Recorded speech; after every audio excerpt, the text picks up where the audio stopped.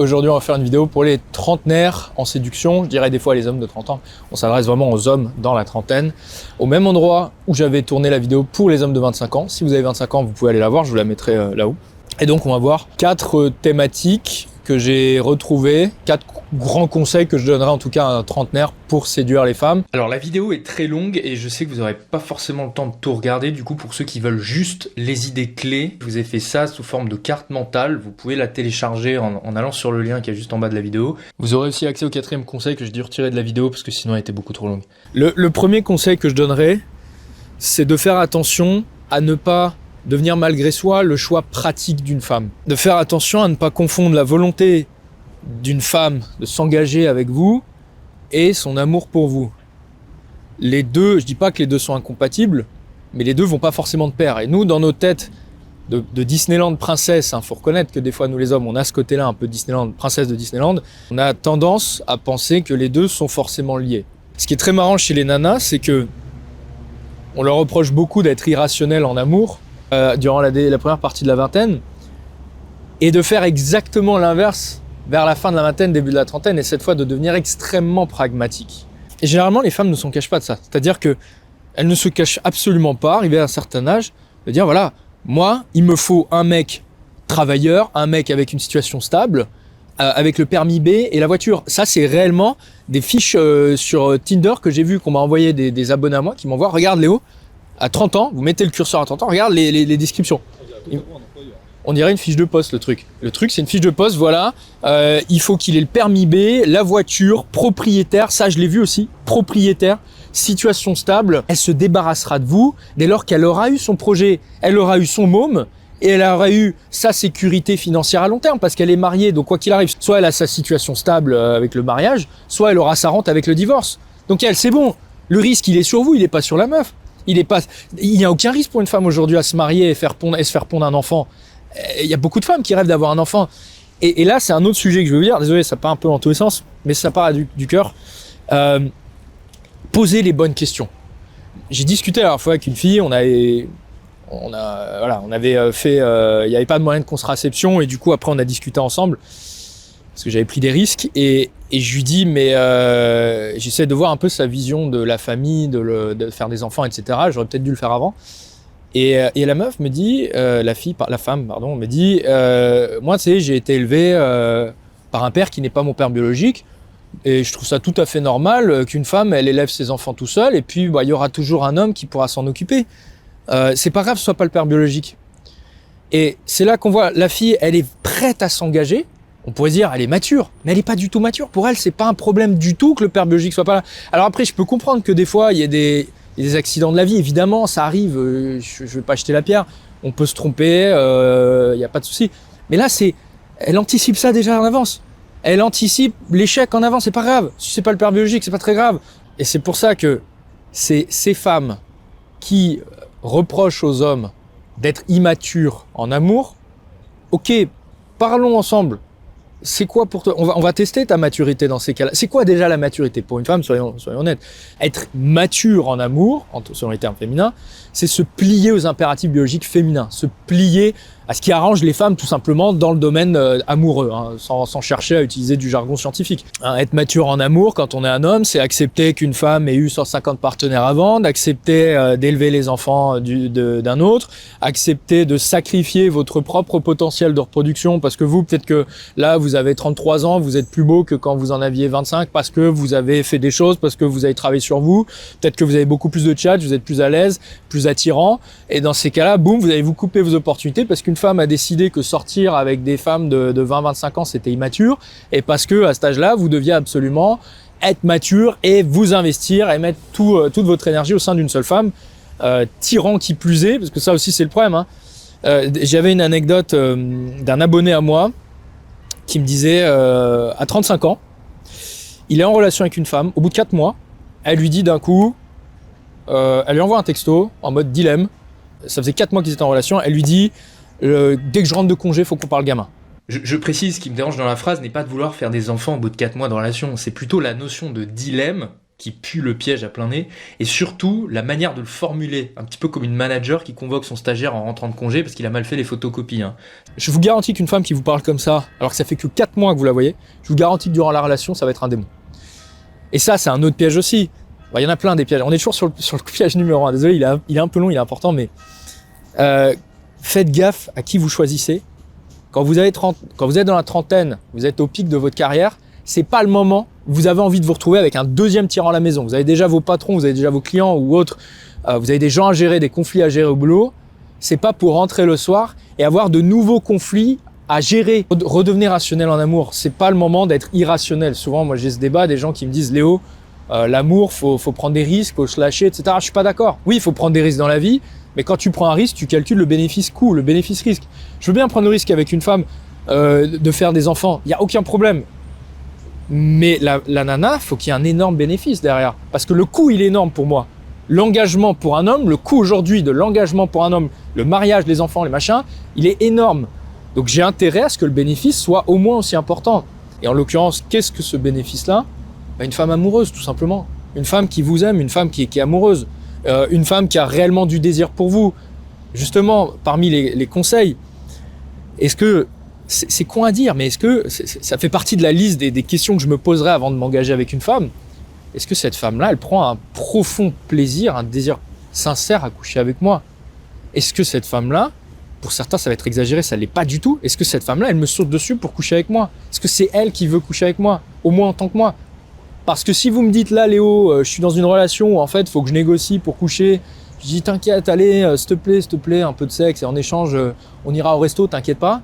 Mais c'est foutu, c'est fini, la relation, elle sera nulle à chier. Ça va être une relation de négociation, dont j'avais parlé dans l'introduction au marché de l'amour, une relation marché secondaire. Allez voir la vidéo, vous comprendrez.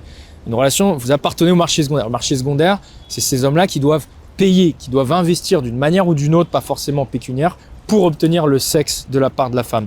Le marché primaire, c'est un marché égalitaire dans lequel vous êtes avec une femme, vous couchez avec elle, c'est égalitaire. On couche ensemble. C'est pas moi j'ai pris et ensuite je t'ai donné du resto ou de l'attention, de la gentillesse. Non, on a couché ensemble parce qu'on avait envie.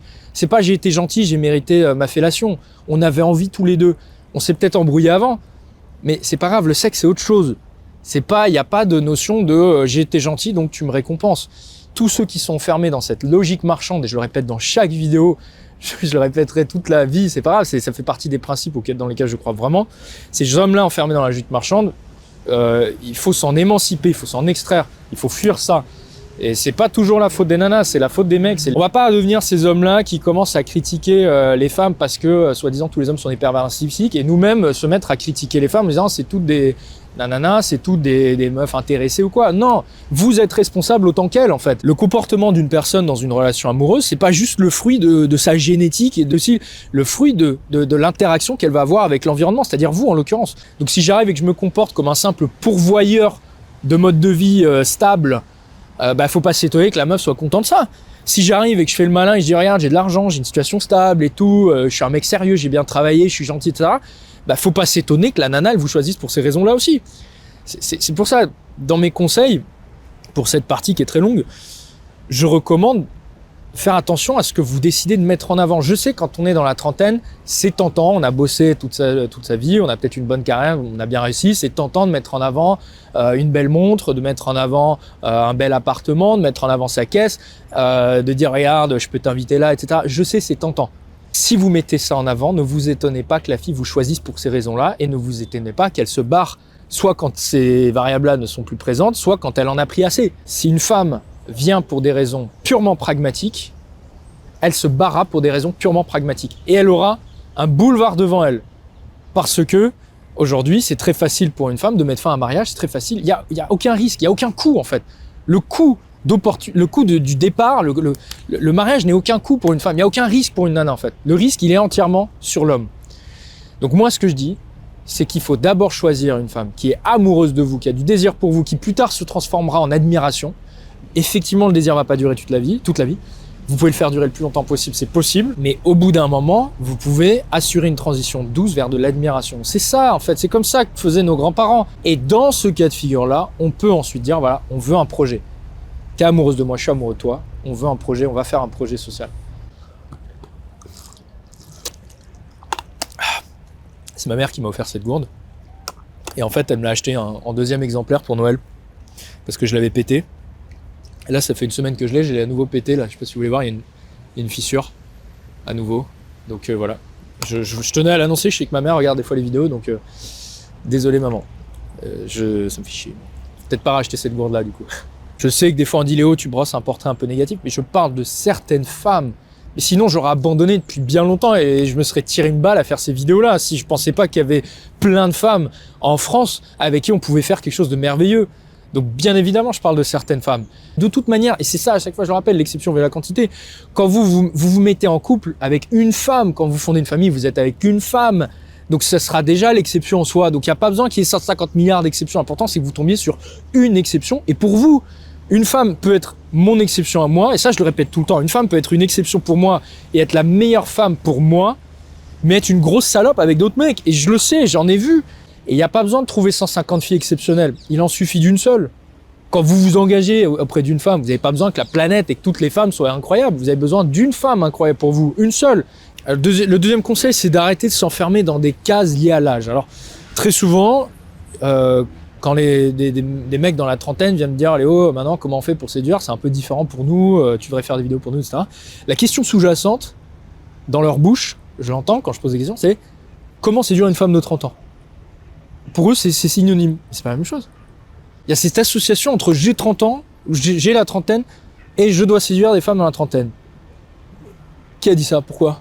C'est qui vous a mis ça dans la tête ? Pourquoi est-ce que à partir de la trentaine, ça y est, boum, j'ai 30 ans, bim, il faut que je séduise des femmes de 30 ans. Mais ça sort d'où ça ?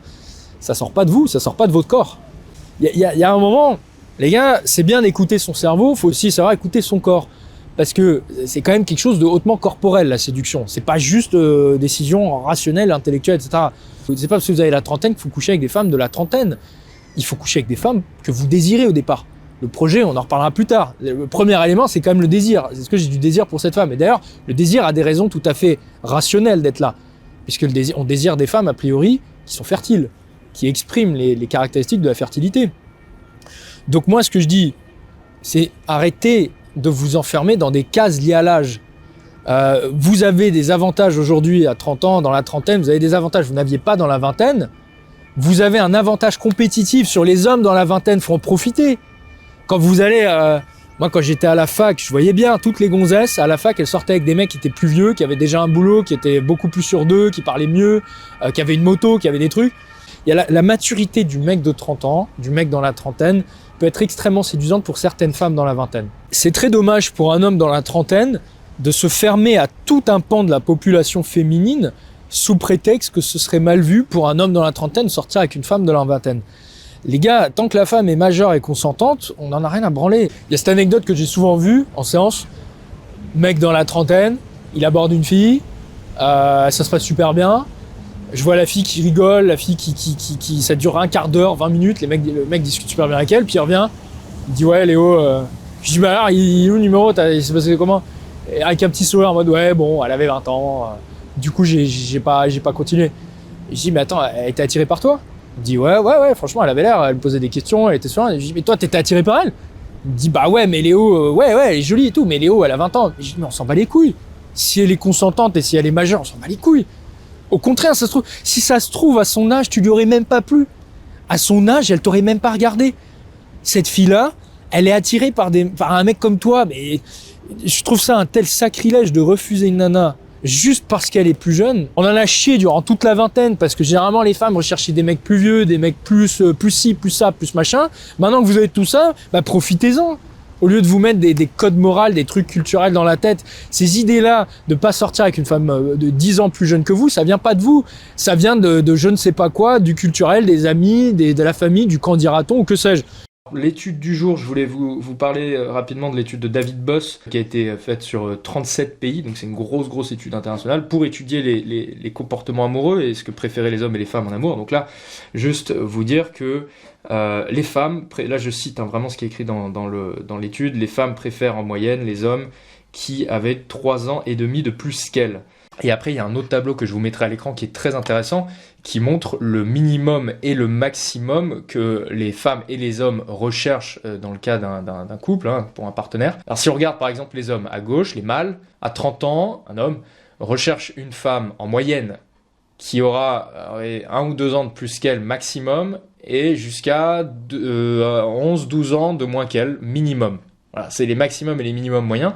Et pour la femelle, pour la femme, on va prendre 20 ans par exemple. À 20 ans, elle veut que au minimum, c'est un homme de son âge à 20 ans. Et au maximum, c'est un homme qui a à peu près 10 ans de plus qu'elle. Voilà, maximum. Donc on voit bien qu'en moyenne, jusqu'à 10 ans de plus pour les femmes, c'est pas forcément choquant sur une moyenne mondiale. Ça reste des statistiques. Vous rencontrerez des femmes dans votre vie à 22 ans qui sont hyper gênées à l'idée de sortir avec un mec de 25 ans. Et vous rencontrerez des femmes de 20 ans qui sont très attirées par des hommes qui ont plus de 30 ans et qui trouvent ça très séduisant. Et tous les hommes qui me diraient « Oui, mais moi Léo, tu comprends, je veux une relation sérieuse, je veux un projet familial, donc il me faut une femme de mon âge parce qu'elles sont prêtes, etc. » Mais c'est faux. Encore une fois, c'est faux. Biologiquement, une femme dans la vingtaine est plus prête à faire des enfants, à faire un projet familial qu'une femme dans la trentaine. Attention, je dis pas qu'il faut pas faire d'enfants avec une femme dans la trentaine. Je dis juste que c'est pas un critère, c'est tout. Je dis juste c'est pas un critère. Le vrai critère, c'est est-ce que cette femme-là, elle est amoureuse, est-ce qu'elle a du désir pour moi? Parce que cet amour et ce désir plus tard se transformera en admiration et c'est ça qui cimentera la relation. C'est ça qui pérennisera la relation.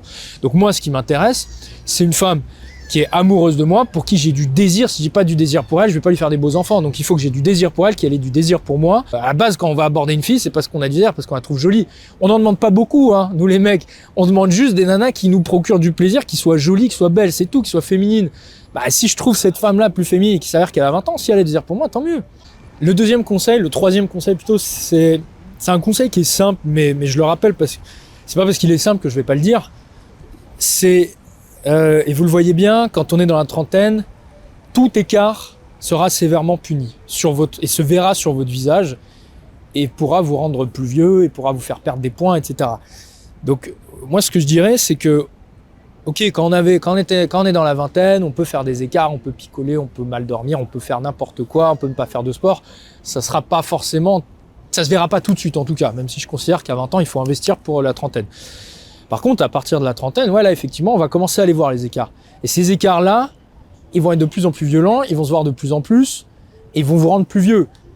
Et pourquoi je parle de faire plus vieux que son âge? Parce que je considère, et ça rejoint un peu le point numéro 2, enfin celui d'avant, si vous arrivez à accumuler la maturité du trentenaire et l'apparence que vous aviez durant votre vingtaine, alors vous serez le roi. Vous serez le roi, vous régnerez sur le marché de l'amour. J'appelle ça l'effet vampire. Vous savez, les vampires qui vivent des millénaires, du coup, ils ont l'apparence encore jeune, mais ils arrivent avec la maturité d'un mec qui a vécu des milliers et des milliers d'années. Mais c'est ça qu'il faut arriver à faire. Il faut gagner le plus rapidement possible la maturité et ralentir au maximum le vieillissement physique de la plastique. Et donc optimiser au maximum l'esthétique, maximiser la maturité.